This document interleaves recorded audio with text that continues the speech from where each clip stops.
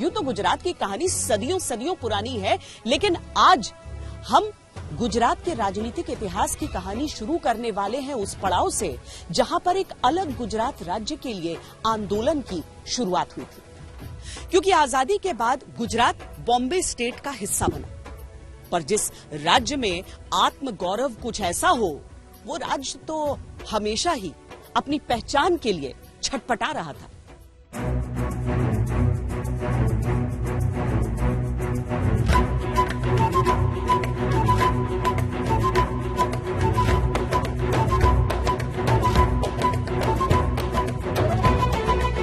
गुजरात, जहां समृद्ध संस्कृति है, वृहद इतिहास है, संस्कार है, उद्योग है, विकास है, जहां सफेद रेत का अंतहीन रण है, सफेद नमक की वफा है, सफेद ही हीरे की चमक भी है।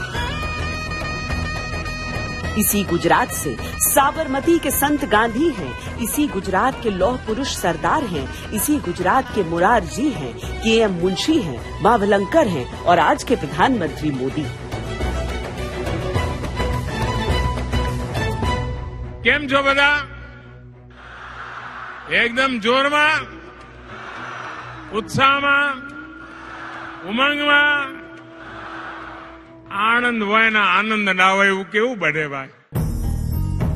स्वतंत्रता के समय जब भारत में राज्यों का गठन किया गया तो राजनीतिक और ऐतिहासिक कारणों के आधार पर, लेकिन कुछ ही समय में देश भर में भाषा के आधार पर राज्यों के पुनर्गठन के आंदोलन शुरू हो गए। 50 के दशक के शुरुआती सालों में गुजराती भाषियों ने भी बॉम्बे स्टेट से अलग होने के आंदोलन की शुरुआत कर दी।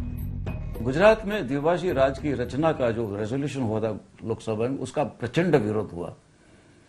वो इतना विरोध हुआ कि जैसे ये अखबार में समाचार आए कि गुजरात और महाराष्ट्र का सम्मिलित एक द्विभाषी राज्य बनेगा, तो 5000 विद्यार्थियों का एक समूह अहमदाबाद में भद्र के किले में एक कांग्रेस हाउस है जिसका नाम कांग्रेस भवन है, पुराने ओल्ड कांग्रेस का, वही वक्त वहां पर पहुंच गए सब बच्चे।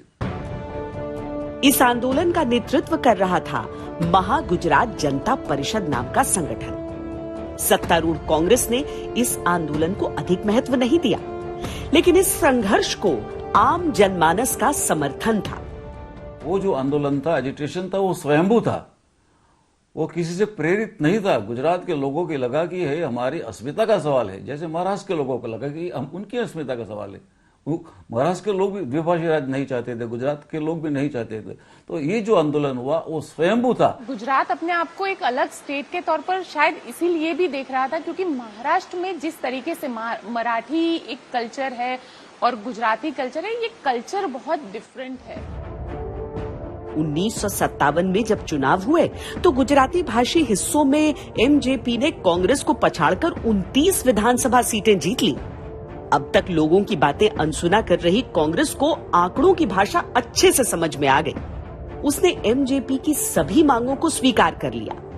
1960 में एक अलग राज्य के तौर पर गुजरात का गठन हो गया।